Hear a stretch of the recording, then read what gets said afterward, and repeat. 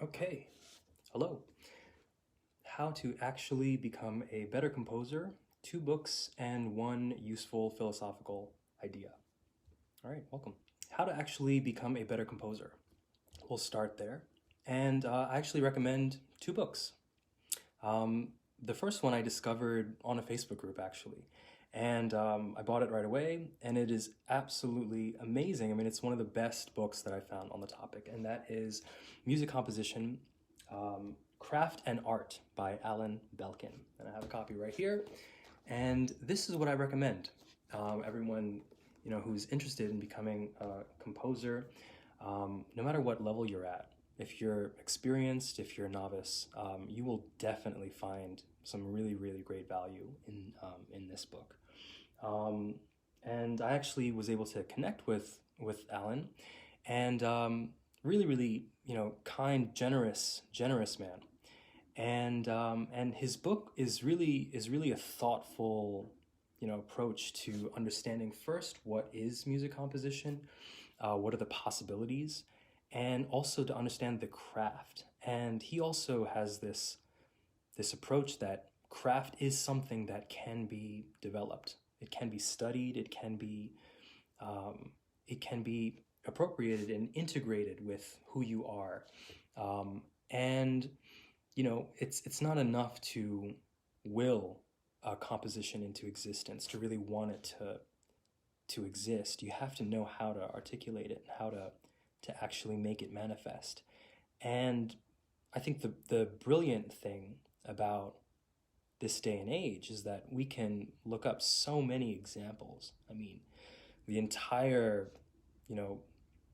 repertoire from medieval music all the way until I think it's 1920 is all, on IMSLP. So, we're at a unique advantage at a unique time in history where we can do that. So obviously there's a lot there, right? There's a lot to swim in, and so having a guide is really, really helpful, and that is where this book comes in. So go ahead and check it out. But here's what I like about it is that Belkin structures his book in talking about music as verbs.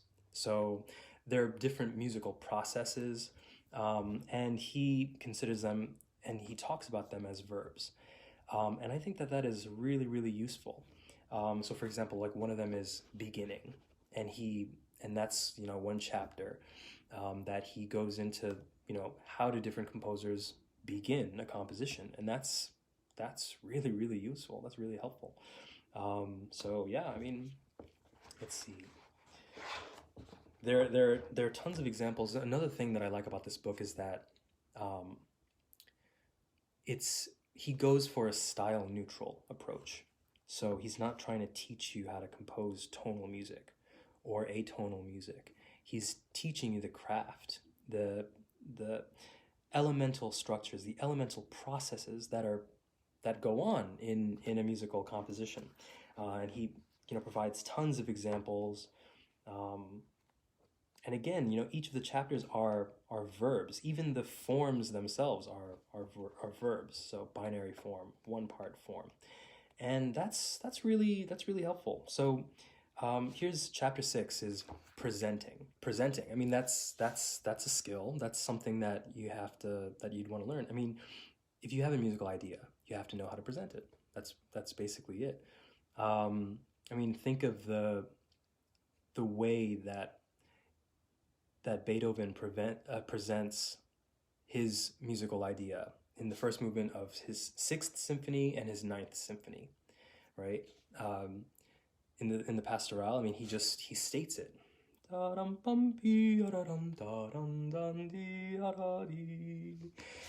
And that's how he begins his piece.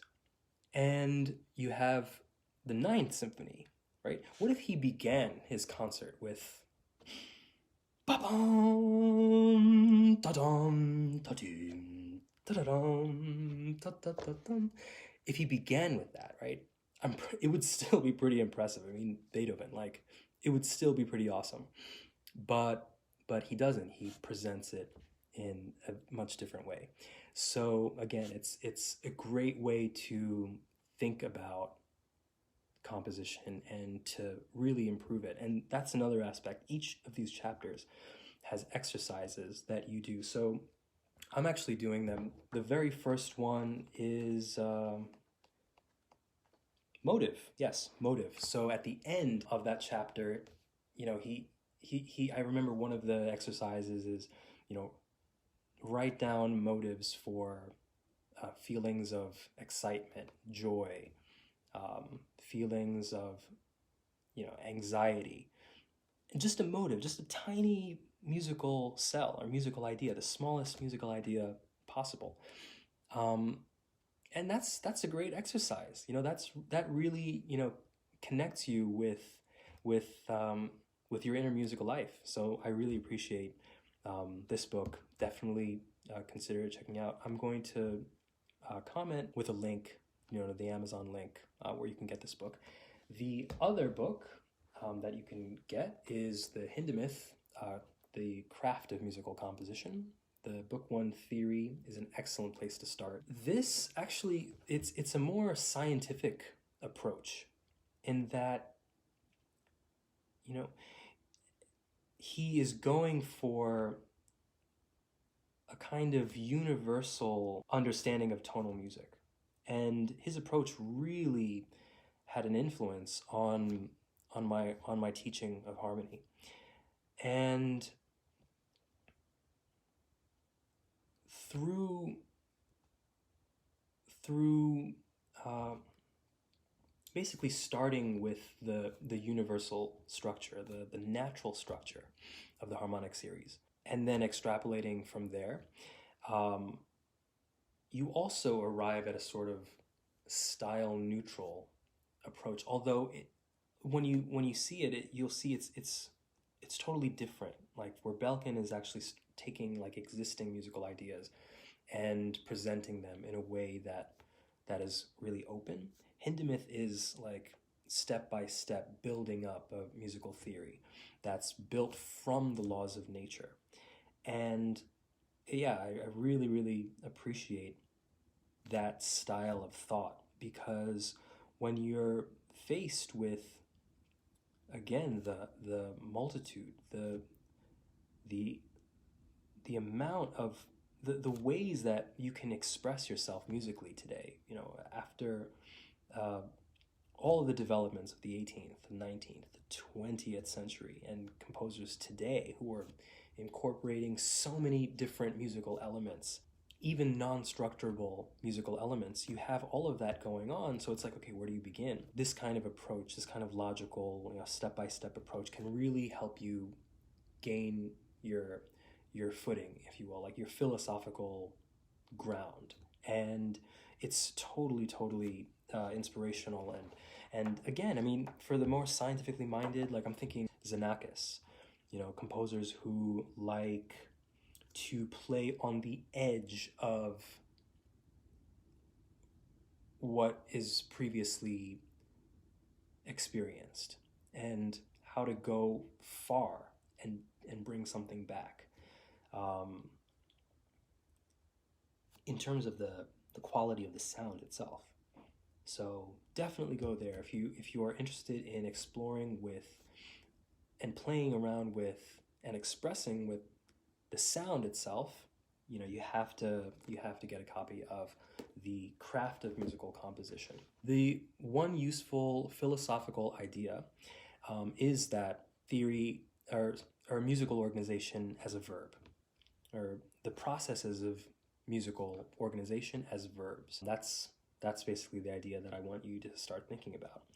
And a great place to start thinking about that, and it could be quite revolutionary in your thinking, is to answer this question: what is an interval? There are common definitions of it, right, that I think are really unsatisfactory, especially when I was learning it. I mean, it was like math class, you know. What is the definition, or how do you define, or what is a musical interval, right? It's commonly defined as the distance between two pitches, right? At first, it seems like a fine, a fine definition, right? Dim bum is a greater distance than dim bum. Sure.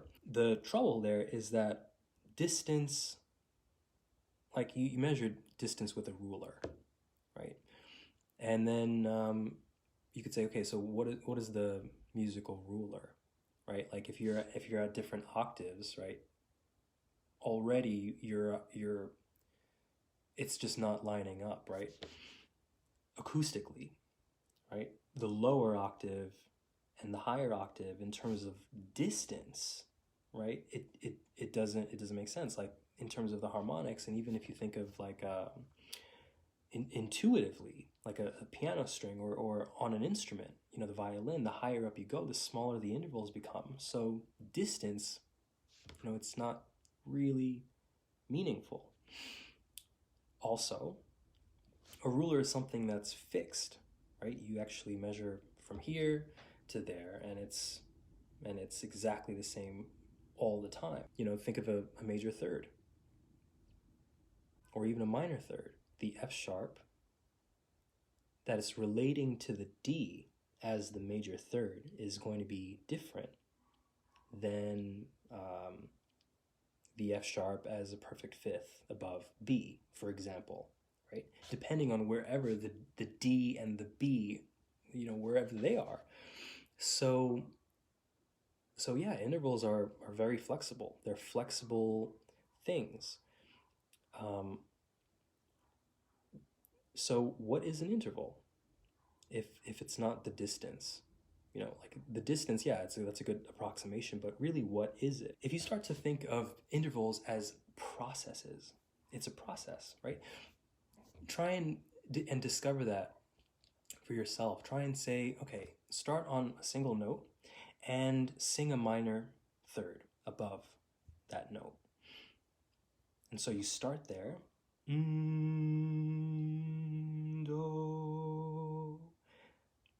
do, and then actually perform the interval. And you start to see that really it's taking one note and turning it into another note and actually staying connected to the two. And because if you're just going based on distance, dim, you can walk away, you can do whatever you want, and then come back, dee da da da, dim, major third, but you get what I'm saying, right? These are not related. The two intervals or the two tones themselves are actually related, and the relation is what defines them as an interval. So that's not insignificant. I mean, that's really the smallest structures of music. And so when you experience that for yourself, you realize that a score or a live performance, these are living things. A score is a living document, and the life is it's inside of you. Whenever you hear it, when it's actualized, the notes become alive through their richness. And so if you think about an interval as like an action that you can take, then music becomes so much more rich, so much more powerful and engaging, especially when you consider that these are concrete musical structures that exist in nature. The major third as a relation, as a relation of string lengths. That's a concrete mathematical structure that when you actually perform a major third, in order for you to do it, you realize that it's a process. It's not just like you're walking up 3 or 5 chromatic half steps on the piano. You're actually living a relation that's based on the resonance, that's based on sound. And so yeah, one of the ideas that I want to share is that if you base your theory of music on the chromatic scale, if you base your theory of music on this fixed, rigid structure, then you lose contact with the natural resonance of sound in the human body. Then music for you will only remain intellectual. You'll never be able to make the leap and access it as something that is alive and something that is a force that can bring people together. And so think about music, think about these musical structures as processes. Think of them as verbs, if you will. And you'll have a much easier time having a living, alive connection to your compositions, to your performances. Okay, so great. Thank you for listening, and I will see you around the group.